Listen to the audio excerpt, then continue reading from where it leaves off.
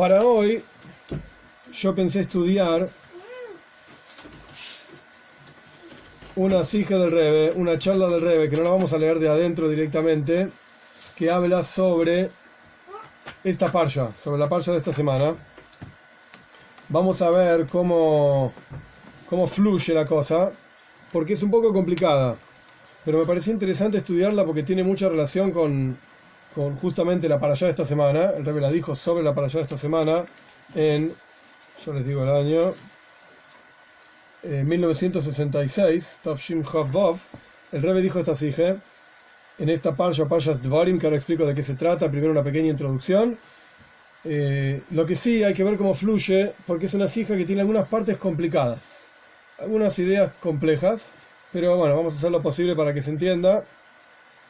Y hacia el final de la sija, de la charla, si bien el Rebbe no lo dice directamente de esta manera, como yo lo voy a expresar, Dios mediante, pero me parece que es práctico, es interesante para uno de los grandes asuntos de nuestra generación, que es el concepto del ego. Yo entiendo, yo sé, yo puedo, yo hago, yo... De hecho, hay hasidim que decían, te prohíbo decir la palabra yo. Podés decir cualquier cosa, cualquier palabra, menos la palabra yo. Entonces una persona que tenga un ego, una arrogancia muy alta, siempre empieza toda la frase, yo digo, yo opino. O sea que si ya te prohibí decir la palabra yo, estás en problemas. ¿Cómo empezás a hablar? ¿Qué vas a decir? Si bien de vuelta, el objetivo de la sija, de la charla que estamos estudiando no es ese directamente, pero me parece interesante orientarlo de esta manera. ¿Cómo podemos obtener o ver algo especial, positivo, elevado en el yo? Que al fin y al cabo, lo que vamos a terminar estudiando es que hay un yo, digamos, absoluto, total, que es el Dios. Él es yo, Él es el verdadero yo, absoluto y total y todopoderoso, omnipresente, etc. Entonces, ¿cómo ese yo de Él se expresa en nosotros en la práctica? Y cada uno de nosotros, al haber sido creados a imagen de Dios, a semejanza de Dios, al tener en nuestro interior una relación con la esencia misma de Dios, entonces tenemos este yo incorporado. O sea que de vuelta hay una cuestión negativa, por así decir, por llamarlo de alguna manera, de este famoso yo, el ego, etc. Pero hay una cuestión que tiene una expresión positiva también, que es este vínculo que tenemos en ese nivel del yo absoluto con el verdadero yo absoluto, que es Dios. Existe este yo positivo, digamos. Bien, esto es básicamente lo que vamos a ir estudiando con mayor profundidad en unos minutitos. Pero primero una pequeña introducción. La parsha de esta semana se llama Parshas Devorim. Devorim literalmente significa palabras. Davar es palabra, ledaber es hablar en hebreo. Devorim son palabras. Y todo este último libro de la Toira, este quinto y último libro de la Toira, es Moshe Rabbeinu hablando al pueblo judío antes de entrar en la tierra de Israel. Básicamente, antes de fallecer, hizo toda una repetición larga, amplia, llevó un mes y pico, de toda la Toira. En este libro, esto está explicado en varios lugares, Ramban particularmente, Nachmanides habla de esto también en su introducción a su comentario en este libro. El Ramban trae que en este libro hay muy pocas mitzvot nuevas. Hay algunas que otras sí, mitzvot, digamos, que no aparecieron en los libros anteriores, pero principalmente en este último y quinto libro, Moshe Rabbeinu repite la Toira para la generación que iba a entrar en la tierra de Israel, para prepararlos para entrar en la tierra de Israel. Porque no es lo mismo vivir en el desierto, en donde el man caía del cielo y el agua venía de este pozo famoso de Miriam, y las nubes de gloria hacían todo tipo de procesos a los Yehudim que vivían ahí, les arreglaban las ropas y les preparaban las ropas, todo tipo de cosas fáciles, digamos, vivir fácil en el desierto. Así era la vida del pueblo judío en el desierto. No es lo mismo vivir de esa manera que entrar en la práctica en la tierra de Israel. Entonces, de vuelta, por cuanto el pueblo judío iba a entrar, Moshe Rabbeinu hace toda una preparación larga, donde aparecen a lo largo de todo el libro, no en esta parsha, pero versículos que son súper famosos, como por ejemplo Shema Israel, que todos los Yehudim decimos de la mañana a la noche. Shema Israel aparece en este libro, no en esta parsha, en la próxima parsha, Parshas Vaishanan, aparecen versículos sobre la unicidad de Dios, sobre que lo único que hay es Dios, cosas muy profundas que, de vuelta, el objetivo era preparar al pueblo judío para entrar en la tierra de Israel. Ahora bien, Dicho esto, el Talmud mismo se detiene en tratar de entender, o en explicar, mejor dicho, cuál es la diferencia entre este último quinto libro de la Toira y los libros anteriores de la Toira. ¿Qué diferencia hay? Porque encontramos, el Talmud dice, para plantear la diferencia y entender, y esto es justamente lo que quiero explicar, y ahí vamos a llegar al famoso yo, etcétera, pero más adelante, el Talmud plantea que este último libro de la Toira lo dijo Moishe mipi atzmoi, esas son las palabras literales, de su propia boca. Él lo dijo. Él mismo dijo el último libro de la Toira. Y esto suena como que todos los 4 libros anteriores de la Toira los dijo Dios, por así decir, a través de Moishe, como vamos a estudiar. Pero los dijo Dios, y este último libro de la Toira lo dijo Moishe. Son sus palabras. Esto es lo que suena. Si uno simplemente lee el Talmud y no tiene la explicación y la profundidad de la cuestión, suena como que estas son las palabras de Moishe. De hecho, el libro empieza así. Eile Advarim, estas son las palabras que habló Moshe a todo el pueblo judío en tal lugar, etcétera, etcétera. Toda la introducción del quinto libro son estas palabras. Estas son las palabras de Moshe. Suena que, de vuelta, Moshe mismo dijo esto. Pero, no tiene mucho sentido decir que fue Moshe el que diseñó, el que ideó, el que inventó, por así decir, este último libro de la Toira. Porque toda la Toira entera, desde la primera letra hasta la última letra. La primera letra es una Beis, la última letra es una Lamed, que la palabra Lev, Lamed y Beis significa corazón en hebreo. La Toira es el corazón del pueblo judío. E incluso, interesante, dice Rav Sadia Gaon, vivió aproximadamente año 800, 900 de la era común. Rav Sadia Gaon dice, entonces, simplemente para terminar con la introducción y avanzar en la cuestión, Rav Sadia Gaon dice que el pueblo judío existe en su Torá. Si no hay Torá, no hay pueblo judío, no existe pueblo judío. Existen otras cosas. Puede existir Yehudim, como hablábamos la otra vez también, de grandes premios Nobel y de grandes logros de los Yehudim a lo largo del mundo, etc. Pero Umazú, este pueblo, el pueblo judío como pueblo, es en su Torá. Es en la Torá. Si no hay Torá, no hay pueblo judío. Bueno, todo esto era como introducción para decir, digamos, meternos en la cuestión de entender qué es este último quinto libro de la Toira. Aparentemente, de acuerdo a lo que explicamos recién del Talmud, el quinto libro de la Toira, Mipi Atzmoi, Moishe lo dijo por su propio interés, de su propia boca, digamos, y esto no tiene sentido, porque toda persona, esto es una halajá, es una ley, que dice que hay incluso una letra de la Toira, una letra que Moishe inventó por sí mismo, está negando toda la Toira. Toda la Toira, de la primera letra hasta la última letra, y ahí venía la conexión, digamos. Es el Leiv, la primera letra es la Beis, la última letra es la Lamed, es el corazón del pueblo judío. Lamed, Beis es Leiv, corazón. Toda la Toira, que es el corazón del pueblo judío, es de Dios, es divina. Entonces tenemos que entender la diferencia que hay entre los primeros 4 libros de la Toira, que ahí claramente está dicho, por así decir, que es Toiras Hashem, la Torá de Dios, y el último libro de la Toira, que lo dijo Moishe, Mipi Atzmoi, desde su propia boca, digamos. Así dice el Talmud. Tenemos que entender qué diferencia hay entre estos dos niveles, digamos, de transmisión de Moishe Rabbeinu. Avanzamos entonces. El Rebbe explica de la siguiente manera.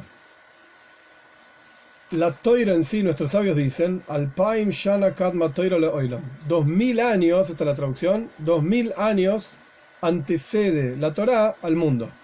¿Qué significa 2000 años? No es una cuestión en tiempo, porque no existía el tiempo antes de que Dios creara el mundo. Entre paréntesis, esto no es parte de la sija, no es parte de lo que dice el Rebbe, pero para explicar lo que dice el Rebbe, antes de la creación del universo, antes de que Dios desee crear este mundo, quiera crear este mundo, no existía el concepto del tiempo. Dios no es ni viejo ni joven, y no envejece porque pasa el tiempo. Dios trasciende el tiempo. El concepto de tiempo y espacio es algo que nosotros vivimos con ese concepto, que estamos supeditados al tiempo, estamos supeditados al espacio, pero Dios no, todo lo contrario, Dios es el creador del tiempo y del espacio, y Él trasciende el tiempo y el espacio. Está por encima de esto. Este es el concepto de infinito. Si decimos que Dios es infinito, lo que significa básicamente es que no está limitado al tiempo. Si decimos que Dios es omnipresente, está en todos lados, significa que no está limitado al espacio. Nosotros estamos limitados al espacio. Yo estoy en mi casa y no estoy en otro lado. Pero Dios no. Dios no. Entonces, parte de la creación es el mundo como lo conocemos, el universo que conocemos, mundo material que conocemos, y junto con esto viene el tiempo. Es parte de la creación divina. Entonces, cuando decimos que la Toira precede al mundo 2000 años, ¿qué son 2000 años? No existe el concepto de años antes de que el mundo exista. A partir de la creación del mundo existe el tiempo. Antes de la creación del mundo no hay tiempo. Entonces, ¿qué significa 2000 años antes del mundo? No tiene sentido. Entonces, nuestros sabios explican así. El concepto de los 2000 años es no en tiempo, sino en nivel. En nivel. Uno a veces, para traer un ejemplo, ahora voy a explicar esto más detalle, pero para traer un ejemplo concreto. Cuando hay en el Talmud dos sabios discutiendo, es muy probable, y pasa en muchísimos casos, que esos dos sabios que están discutiendo nunca se vieron las caras, vivieron en lugares diferentes, en ciudades diferentes, en años diferentes, ni siquiera son contemporáneos. Puede ocurrir, y sin embargo discuten. ¿Y cómo puede ser que discutan? Porque en realidad, cuando uno está discutiendo ideas, las ideas no ocupan ni un espacio, ni están limitadas al tiempo. Es una idea, es un concepto. Entonces no es que es solamente un rabino discutiendo con otro rabino. Son dos conceptos, dos percepciones de una cosa, por ejemplo, de una ley o de una cuestión, que, bueno, discuten entre estos dos conceptos. Un concepto dice así, otro concepto dice así, lo explico de esta manera, lo explico de la otra manera, pero son conceptos diferentes que pueden convivir independientemente del tiempo. Solamente que fue expresada por un rabino en un momento y fue expresado por otro rabino en otro momento, pero eso no quiere decir que están limitados ni al tiempo, ni al lugar donde fueron dichos, ni a la persona que lo dijo tampoco. Son ideas que simplemente discuten sobre cómo se explica, cómo se enfoca un determinado asunto.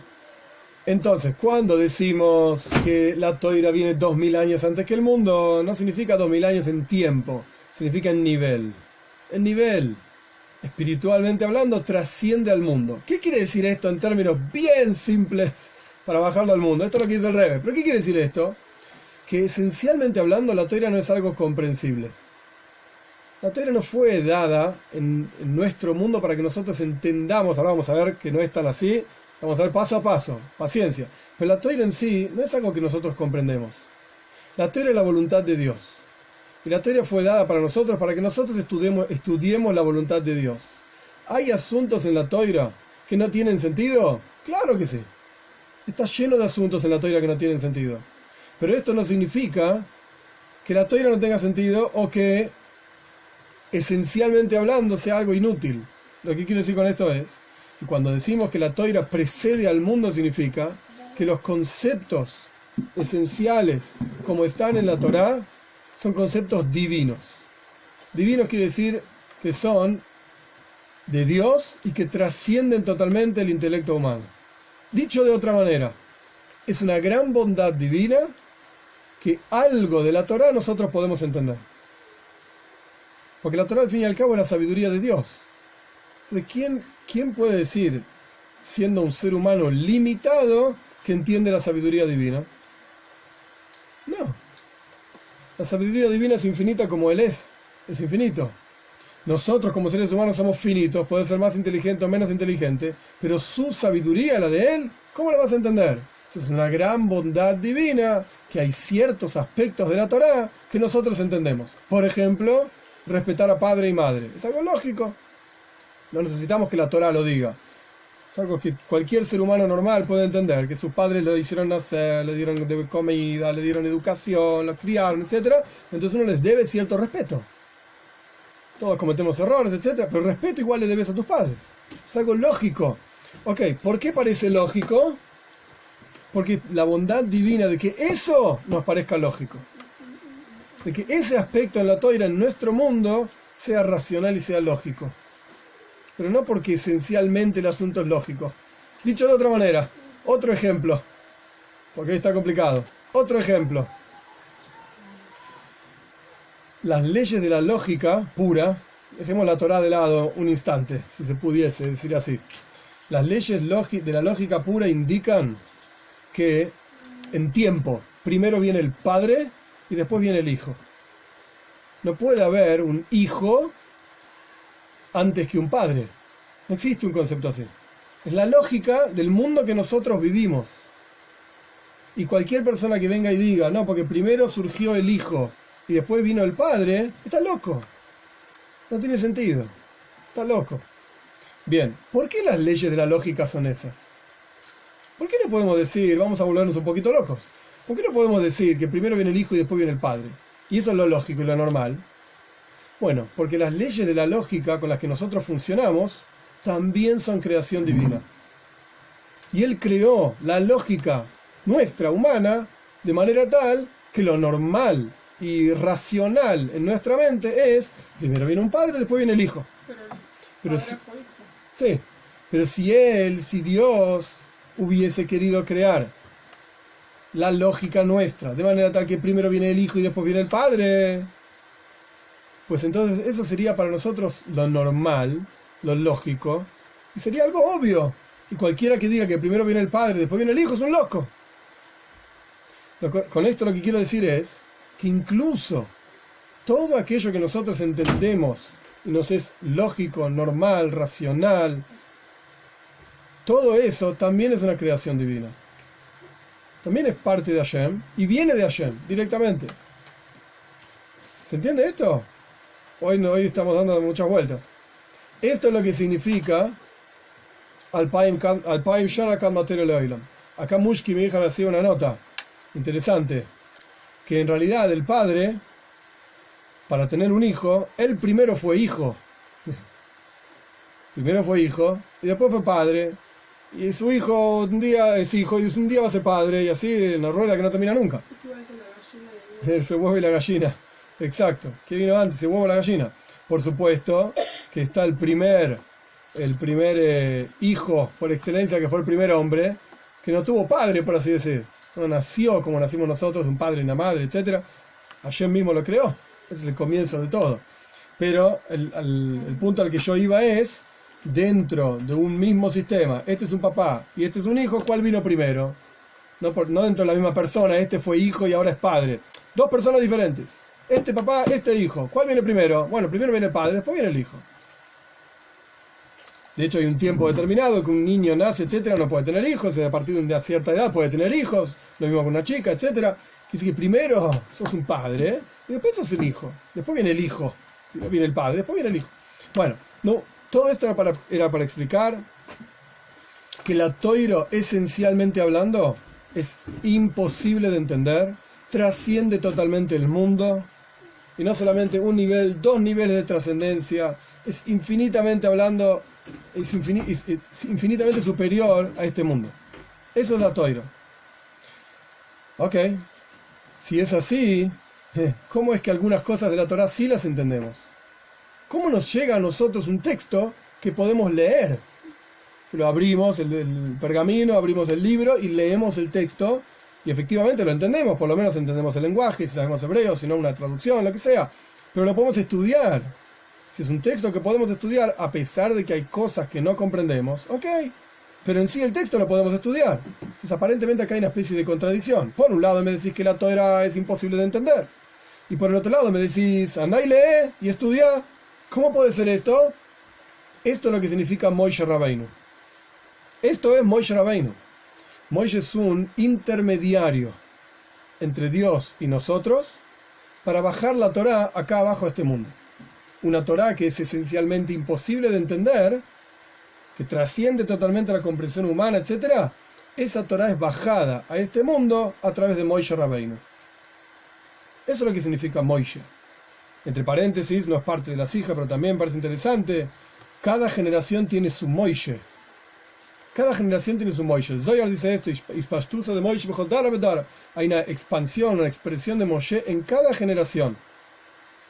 ¿Qué significa esto? Todo esto entre paréntesis. ¿Qué quiere decir esto? Que cada generación tiene una forma diferente de entender la Torá. Y esa forma va obviamente de acuerdo al desafío particular de esa generación. Había generaciones cuyo desafío, por ejemplo, para dar un ejemplo bien claro y sencillo, había generaciones cuyo desafío era sobrevivir entre los cruzados, qué sé yo, que venían y arrasaban con toda una ciudad y te quemaban vivo dentro de la sinagoga. Bueno, el judaísmo era sobrevivir a eso. Hoy en día, no ese es el desafío. Nadie, gracias a Dios, nadie sale corriendo cazando judíos o matándonos, qué sé yo. No está más ese desafío. Están los derechos humanos, la libertad de culto, la libertad de expresión y qué sé yo, y cada uno hace lo que... Básicamente, si no daña al otro, etcétera, la Constitución argentina, si no haces daño al otro, haz lo que quieras en tu mundo privado. De últimas, entre vos y Dios. Así dice la Constitución. Entonces, cada generación tiene un líder que expresa la misma Torá que siempre estuvo ahí, pero en palabras, en expresiones, en ideas, en conceptos, de manera tal que la generación en particular donde está ese líder la puede absorber, la puede entender, la puede utilizar.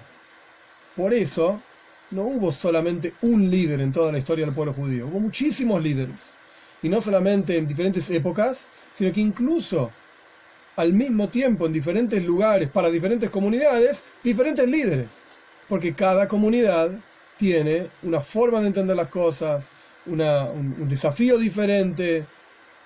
Para dar ejemplos sencillos, no era lo mismo ser un sefaradí en el norte de África que ser un ashkenazí en Polonia, no es lo mismo. Desafíos diferentes, yo estoy hablando de mejor, peor, no me interesa, no ese es el punto. Desafíos diferentes, mundos diferentes. Uno vivía en un mundo islámico, el otro vive en un mundo cristiano. Son otros desafíos, son otras dificultades. Entonces, cada líder en cada lugar, en cada momento, expresa la Torá de acuerdo a lo que esa comunidad necesita en ese momento. Otro detalle más, tampoco está en la cifra, me parece interesante mencionar. Todo el asunto es complejo y largo, pero Bekitsur, muy en resumen, y de hecho lo estudiamos en la parsha pasada. Existían ciudades de refugio. Cuando una persona mataba a otro sin querer, tenía que irse al exilio a una ciudad de refugio. Y el Talmud cuenta, en Makois, el Talmud cuenta donde se discuten estos temas, ¿qué pasa si un talmid, un estudiante de una yeshiva, de una casa de estudios, mataba a alguien sin querer? Y ese estudiante tenía que irse a la ciudad de refugio, escaparse ahí. Pero el estudiante perdía la posibilidad de ir a la casa de estudios, porque estaba ahora en la ciudad de refugio. Entonces, ¿qué hacían? Pues entonces llevamos al exilio al maestro con toda la casa de estudios. ¿Cómo es eso? El que mató fue Jaime Yankel. Mató sin querer, es verdad, pero mató, le llegó a sus manos esta cuestión, se fue al exilio. ¿Por qué mandamos al exilio también al rabino? ¿Qué culpa tiene el rabino, el maestro de este chico, de este tipo que mató? Y la respuesta talmúdica es, porque no de todo el mundo uno tiene el mérito de aprender. Y si este estudiante era un estudiante de este rabino, de este maestro, pues entonces el maestro también se tiene que ir al exilio para continuar enseñándole al alumno. Y el Talmud concluye diciendo, bueno, por eso cada maestro tiene que ver a quién le enseña. No vaya a ser que le termine enseñando a alguno que hace algún desastre y termine, por así decir, pagando el maestro por los desastres del alumno. Pero el punto es, a lo que voy es, que hay un vínculo muy profundo entre el líder de la generación y su generación. Y ese líder no podría estar, por así decir, en otra generación. Y lo mismo pasa con cada maestro, con su grupo de alumnos. Hay un vínculo. Y por algo es ese maestro de sus alumnos, por algo esos alumnos están con ese maestro. Por las preguntas que le hacen, por las cuestiones que dice el maestro, que esos alumnos tienen que escuchar. Todo Vashgaha Protis. Todo es providencia divina. Dios es el que acomoda todas estas cosas. No es simplemente que uno decidió estudiar de tal, y bueno, estudiamos de todo el mundo y es todo lo mismo. Y no, la realidad es que no es todo lo mismo. Pero bueno, todo esto era entre paréntesis para explicar el concepto de que Moshe Rabbeinu, ¿cuál es el trabajo, por así decirlo? Moshe Rabbeinu, bajar esa toira infinita, incomprensible, etcétera, a las palabras adecuadas para esa generación. Pero en esta bajada de línea, por así decir, en este proceso de bajado de la toira, desde algo incomprensible infinito hacia nosotros como comprensible infinito, hay dos formas de bajarlo. Así como en cada transmisión de un mensaje, básicamente hay dos formas de transmitir el mensaje. Se pueden dividir en más detalles, pero básicamente son dos. Una es, en hebreo se dice maivar, pero lo que significa ma'aver es como pasar. Es como una especie de micrófono. Cuando vos hablas en un micrófono, del otro lado del micrófono sale exactamente lo que vos decís. Está bien, puede ser con con una distorsión del micrófono, qué sé yo. Pero en la práctica el micrófono no entiende lo que vos estás diciendo, no mastica, no procesa lo que vos estás diciendo. El micrófono lo único que hace es escucha, por así decir, simplificando la cosa, escucha y repite. Eso es lo que hace el micrófono. Y el parlante habla lo que la persona está diciendo, exactamente como estamos diciendo ahora. Yo estoy hablando frente a una computadora y ustedes están escuchando en realidad mi voz reproducida por la computadora. La computadora no agregó, no sacó, no interpretó, no hizo nada. Lo único que hizo fue transmitir. Esto es una forma de transmisión. Hay otra forma de transmisión que se llama islabshus. Islabshus viene de la palabra levush, quiere decir ropaje, investirse. ¿Qué significa investirse? Significa que, por ejemplo, un traductor, cuando uno viaja a un país donde no conoce el lenguaje, contrata un traductor, ¿sí? Para hacer que chef en algún negocio, contrata un traductor. Me surge en la cabeza China, ¿sí? Que no es tan simple hablar chino. Uno va a China, hace negocios, contrata un chino que sepa el lenguaje que uno sabe, inglés, castellano, lo que sea, y sabe también chino. Entonces uno habla y le dice al traductor, decile que quiero comprar 10.000 unidades. Entonces el traductor dice en chino, yo no sé chino, así que no lo voy a decir, 10.000 unidades. Pero para que eso pase, el traductor, él tuvo que, punto número 1, entender lo que vos le estás diciendo, lo interpretó, lo masticó, y punto número 2, ser capaz de transmitírselo al dueño de la fábrica, por así decir. Transmitirlo, en este caso, escuchar en castellano y hablar en chino. Pero para eso tuvo que entender qué es lo que vos querías.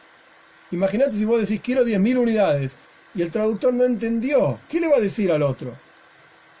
Pidió 4 unidades. No eran 4, eran 10.000. Bueno, entonces el traductor procesa la información, no es solamente un micrófono. Procesa la información y la adapta para el receptor. Es capaz de entender del dador, procesa y se lo da al receptor. Pero hubo un cambio, un claro cambio y un cambio útil, digamos. Porque de vuelta, yo no sé chino, entonces ¿cómo le voy a pedir al fabricante chino que me haga 10.000 unidades? A través de un traductor. Entonces en estos dos caminos, digamos, son dos formas de transmisión. De vuelta, una especie de micrófono y una especie de traductor. Son dos formas de traducción. Los primeros 4 libros de la Toira, Moshe Rabbeinu los dijo en forma de micrófono. Era Dios, eran las palabras de Dios literalmente. El último libro de la Toira, Moshe Rabbeinu no lo dijo en forma de micrófono. Moshe Rabbeinu procesó en su cabeza la información que escuchó en el Monte Sinai, que escuchó en diferentes momentos en que Dios hablaba con él, la procesó. Y en este último libro de la Toira, el quinto, Moshe Rabbeinu lo habló de manera tal que la generación que iba a entrar en la tierra de Israel pueda entender, pueda absorberlo, captarlo y llevarlo a la práctica en la tierra de Israel. Entonces hubo una especie de proceso, digamos, en la mente misma de Moshe para que su mensaje sea comprendido por esa generación. ¿Se entiende? Esta es la diferencia entre los primeros 4 libros. Por eso el Talmud dice que el último libro de la Toira, Moshe Rabbeinu lo dijo mi pi atzmoy. Él mismo lo dijo. ¿Cómo él mismo? ¿Son las palabras de Moshe o las palabras de Dios? No. Son las palabras de Dios. Y Moshe Rabbeinu lo dijo con Ruach HaKodesh, con inspiración divina. Con inspiración divina. Pero un nivel de transmisión tal que Moshe procesa, por así decir, procesa la información de manera tal que la generación a la que él estaba hablando pueda entender, pueda captar y realmente internalizar esas palabras y en la práctica llevarlas a cabo, llevarlas a la práctica en la tierra de Israel. Con esto vamos a entender también otro concepto. Aparentemente, acá ya entramos en la segunda parte, digamos, donde voy a explicar esto que hablamos en la introducción, del yo, del ego, que tiene su aspecto positivo y su aspecto que no es tan positivo. El aspecto que no es positivo es Yadúa, ya lo conocemos, pero vamos a charlar un poco del aspecto positivo. Pero antes, el Rebbe plantea la siguiente pregunta. Dicho todo esto, que los primeros 4 libros de la Toira, Moshe, digamos, los transmitió como si fuese un micrófono. El último libro de la Toira, Moshe lo transmitió procesando, como masticando la información y procesándola, etc. Aparentemente el último libro de la Toira es inferior en nivel a los primeros 4 libros de la Torá. Los primeros 4 libros son de Hashem. Esto directamente las palabras de Hashem. El último, las palabras de Moishe. Ok, con profecía, con lo que quieras. Las palabras de Moishe. Es inferior, aparentemente. Es inferior. Sin embargo, en la práctica, es justamente en este último 4 libro de la Torá que Moshe Rabbeinu explica montones de cosas que antes no fueron explicadas. Y Moshe Rabbeinu dice versículos fantásticos e increíbles como Shema Israel, como hablamos al comienzo también, está en la siguiente parsha, como Hashem Echad, Dios es uno, cuestiones fundamentales, repito los 10 mandamientos, cuestiones fundamentales para la vida cotidiana de cada uno de nosotros. Entonces, ¿cómo es que justamente en este último libro, a medida que vayan recorriendo las páginas, a medida que vayan pasando las semanas, van a encontrar decenas y decenas de versículos impresionantes? Impresionantes. Fundamentos del judaísmo, de vuelta, como la unicidad de Dios, el hecho de que Dios no tiene cuerpo ni tiene forma. Van a encontrar también el concepto del recompensa y castigo. Montones de fundamentos que no están expresados en otros lugares en la Torá. Y justamente en estos lugares, que los dijo Moshe Rabbeinu, que aparentemente es de nivel inferior esa transmisión, justamente acá sí están. ¿Cómo es la cuestión? El Rebbe explica de una forma muy interesante. El Rebbe explica así. El Ramban, en su introducción a la Torá, dice la siguiente pregunta. No sé si se la preguntaron alguna vez, pero es una pregunta famosa. Ramban dice así, para entender, Ramban vivió en España en 1220, 1250, por ahí. Fallece en 1272, creo. Algo así, 1270, en Eretz Israel. El Ramban dice así. Encontramos en la Torá que la Torá está escrita de manera tal, en las palabras de Ramban, Shlishi Hamedaber, en tercera persona. En tercera persona. Moshe Rabbeinu es el que escribe la Torá, ¿ok? Dios le dicta y Moshe Rabbeinu escribe. Perfecto. Dios dicta, Moshe escribe. ¿Qué es lo que Dios dictó? Por ejemplo, Vaidaber Hashem el Moshe. Habló Dios con Moshe. Entonces, acá hay algo raro. Si la Torá sale de Dios, entonces Dios tendría que dictar, yo le dije a Moshe. Yo, Dios, le digo a Moshe. Y le digo a Moshe, anda a escribir tal cosa, anda a decirle al pueblo judío esto, lo otro, lo que corresponda. Pero no. La Torá dice, está Moshe, que es el que escribe, por así decir, y el que habla con el pueblo judío. Está Hashem, a veces el nombre Avaye, a veces el nombre de 4 letras de Hashem, a veces otro nombre de Hashem, no importa, nombres de Hashem. Y está el que habla, el que le dice a Moshe, Dios le dijo a Moshe tal cosa. Son 3 personas que están ahí involucradas. Y aparentemente no tiene sentido. Si la Torá es de Hashem, es uno solo. Entonces debería decir la Torá de vuelta, yo hablé con Moshe. Y no, Dios habló con Moshe. ¿Quién es este tercero que habla? Está Moshe, está Dios y hay un tercero. ¿Quién es el tercero? Y más aún, el tercero le está diciendo a Dios que hable con Moshe. Fíjense en los versículos de la Torá. En todo el día, en todos lados dice, Vaidaber Hashem el Moshe. Y habló Dios con Moshe. Quiere decir que hay un tercero que está relatando que hubo una conversación entre Dios y Moshe. ¿Quién es el tercero relatando la conversación? El Ramban pregunta esto. Y el Ramban básicamente no responde. Simplemente dice que esta es la forma en que está escrita la Torá. Y Hasidut tiene una explicación muy interesante. Hasidut explica, bueno, ok, como ya hablamos muchas veces, cuando vos hablas de Dios, como Dios, así nomás, suena bien y está bien cuando hablas del Creador, qué sé yo. Pero cuando vos querés empezar a profundizar, la palabra Dios se te quedó corta. ¿Qué significa Dios? ¿Qué nivel de Dios? Entonces Hasidut explica, está la esencia de Dios,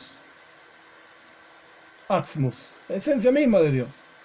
Está Dios como creador y está Moshe. Entonces la esencia misma de Dios le está diciendo a Dios creador, habla con Moshe y decir que Moshe le diga al pueblo judío tal o cual cosa. Ese es el tercero que habla, la esencia misma de Dios.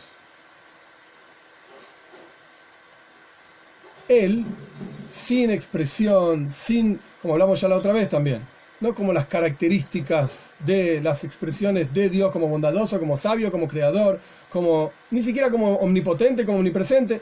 Todas estas son cualidades divinas. No es Él. Es como Él se expresa, es como Él se muestra, pero no es Él. Entonces, ¿quién es este tercero que habla diciéndole a Dios que hable con Moshe? Es la esencia misma de Él. Es el Shlishi Amedaber, el tercero que habla.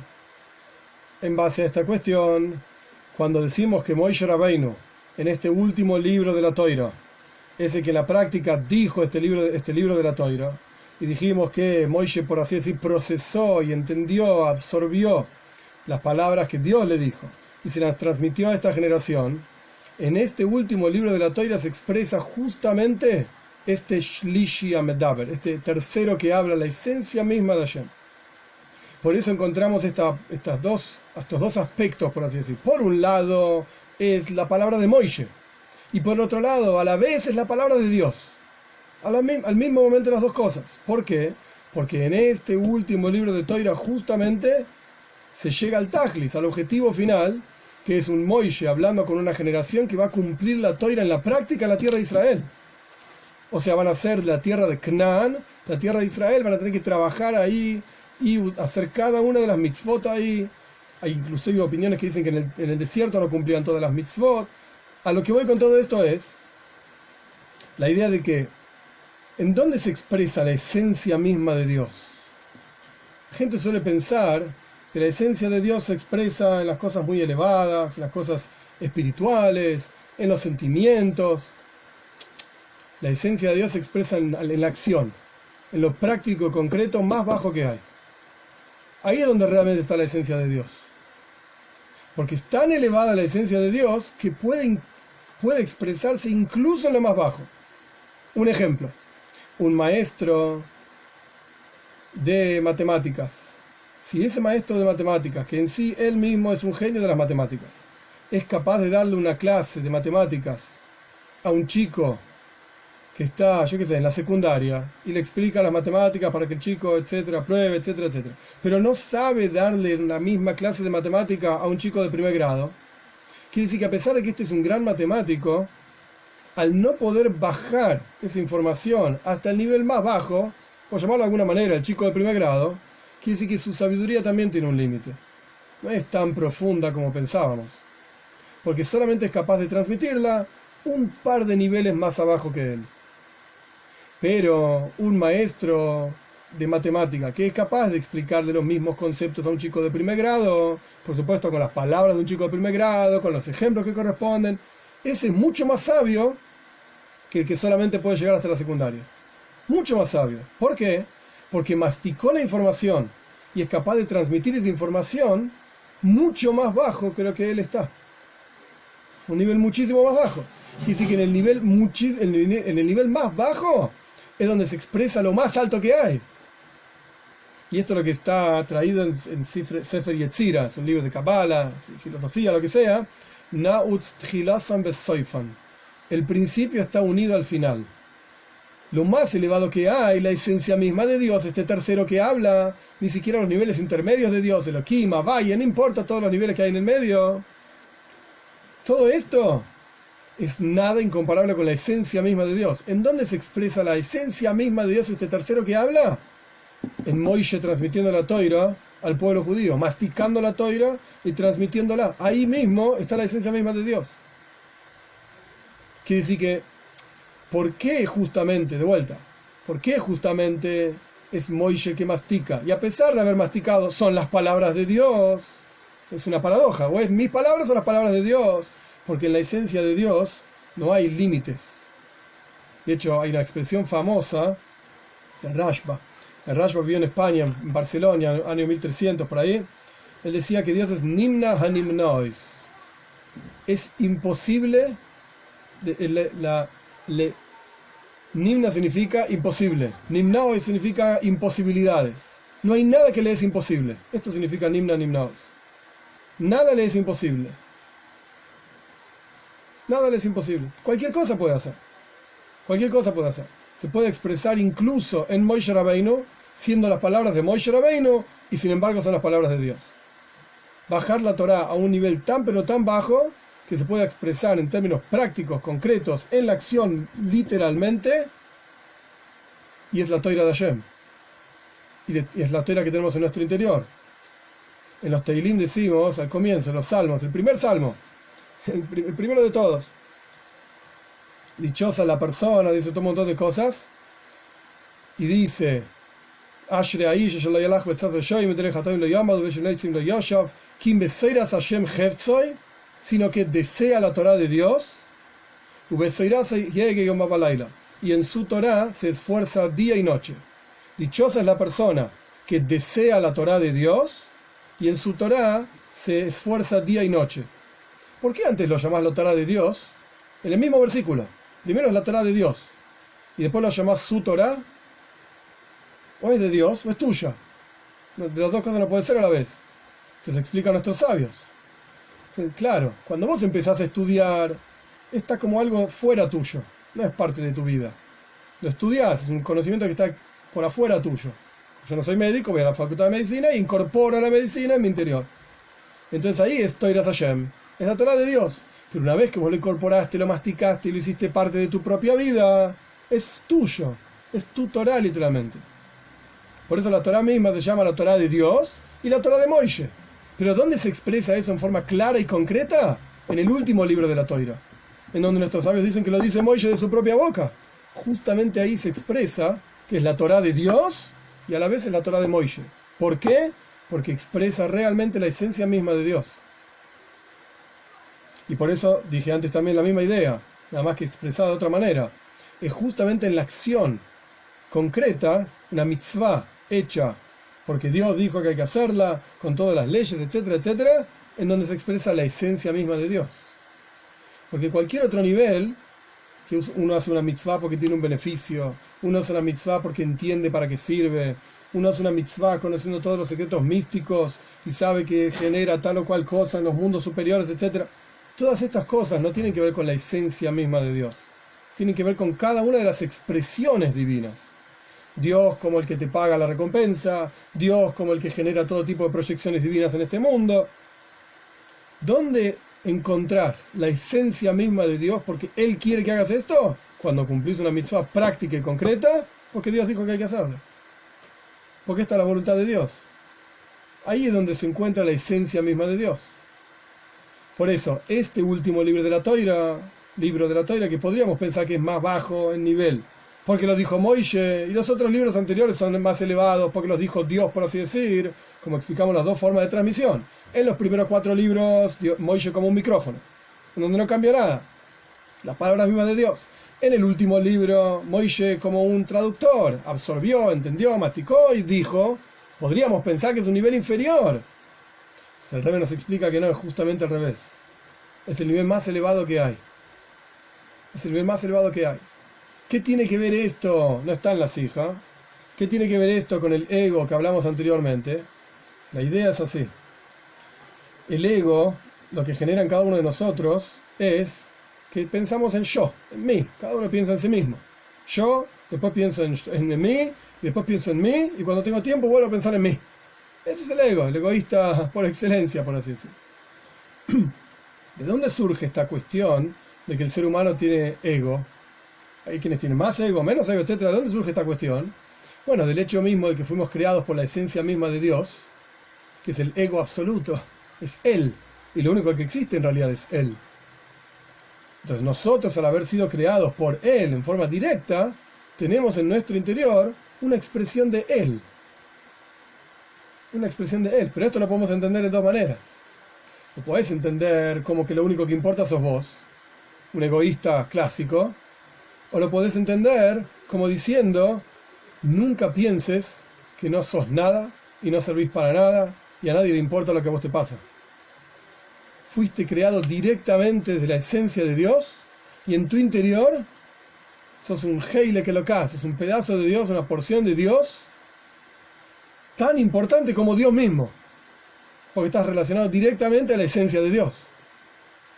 Entonces esto debería, digamos, elevar el ego de una persona, pero en términos positivos, en términos de sentirse importante en el mundo, no en términos de sentirse yo soy lo único que importa y el resto del mundo que se vayan a pasear. No, a Dios le importa lo que me pasa a mí, porque Dios me crea a mí directamente y yo estoy relacionado con su propia esencia.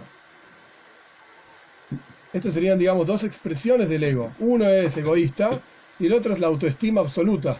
¿Cuál es el nivel más elevado de autoestima que puedo llegar a tener? Dios me quiere a mí.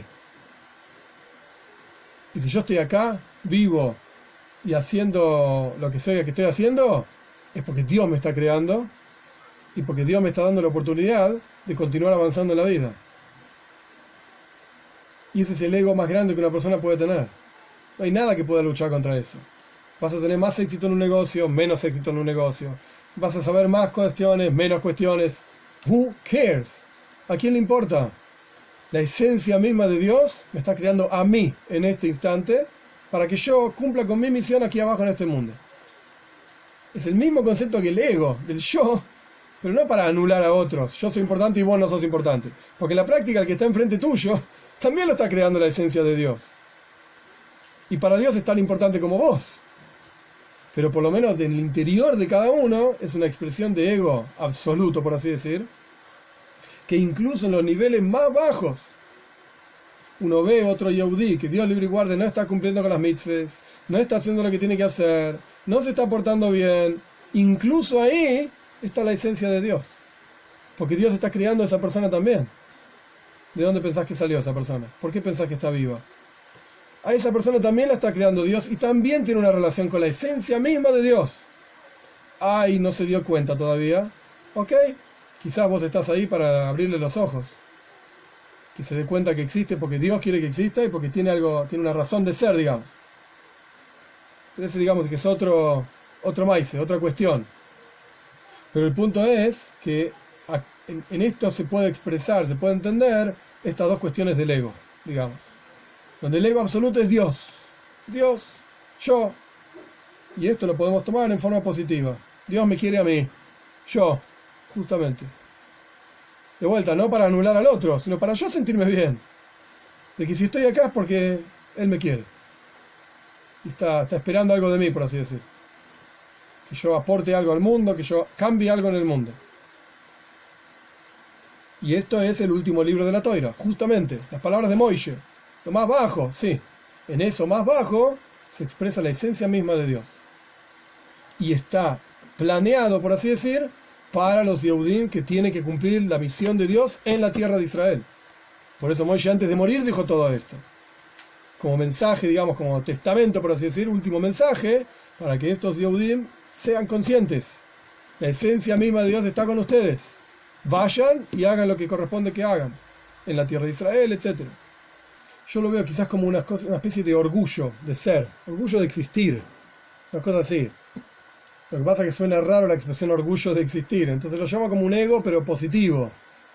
Pero es el hecho de ser consciente de que tenemos algo para hacer en la vida, y en muchos casos, sin entrar en detalle ni nada por el estilo, porque no importa y cada uno puede pensar historias de diferentes formas, pero a veces uno se despierta en estas cosas cuando fallece alguien. Es triste y es un momento duro en la vida, etcétera, etcétera, pero uno se despierta a estas cosas justamente en esos momentos, porque uno se pregunta, ¿y pero por qué? ¿Y para qué? ¿Y qué significa? Ok, uno está, gracias a Dios, en condiciones de preguntárselo. ¿Por qué este falleció? Yo no fallecí. ¿Qué significado tiene? Etcétera. Y el significado está clarísimo. Y el mensaje es clarísimo. Dios quiere que hagas algo más. Dios quiere que hagas algo más. Si el mundo, visto desde otra perspectiva, si Dios no existe, Has v'Shalom, Dios libre y guarde. Si Dios no existe, y acá es toda una casualidad, y yo qué sé, y se juntaron dos partículas, se chocaron y estamos acá dando vueltas. Fallece alguien, y así como nació, así falleció. ¿Y qué diferencia hay? No hay a qué quejarse, no hay juez, no hay justicia, no hay nada. ¿Quién dijo que tenía que seguir viviendo? ¿De qué estás triste? ¿De que un grupo de moléculas ya no funciona más? A nadie le importa. Bueno, estás triste porque vos la pasabas bien con ese grupo de moléculas todas juntas y átomos y qué sé yo. Pero no más que es un grupo de células que te causaba placer por alguna razón. Que no es más que eso. Así como está, así como se fue. Ahora, si hay un juez, si hay una vida, si hay una razón de ser, un por qué estamos vivos, entonces uno se pone triste porque ya no tiene esa cosa, ¿ok? Pero porque en realidad pasó, digamos, la misión de esa cosa, y uno se pone a pensar si cumplió esa persona su misión o no. Y el pensamiento inmediato que debe surgir después es, ¿Y yo? ¿Estoy cumpliendo mi misión o no? ¿Ok? Esta persona ya falleció. Podemos estar horas hablando de si cumplió su misión o no cumplió su misión. ¿Ok? De última será el juicio de Dios, de esta persona frente a Dios, o qué sé yo.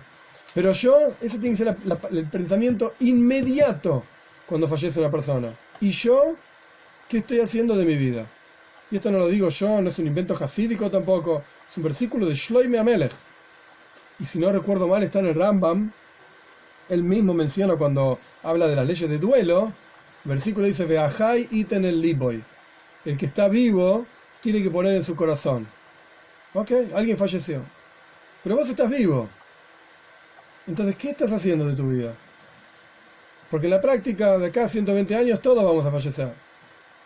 Después viene Mashiach, vamos a revivir y todo muy lindo. Pero en la práctica, por ahora, como la cosa está planteada, todos vamos a fallecer. La pregunta es, ok, ¿qué hicimos de nuestra vida? ¿Qué hicimos de nuestra vida? ¿Para qué la estamos aprovechando? Si Dios nos dio esta vida, ¿la estamos utilizando bien o no la estamos utilizando bien? ¿Estamos cumpliendo nuestra razón de ser o no estamos cumpliendo nuestra razón de ser? Esa tiene que ser la pregunta inmediata.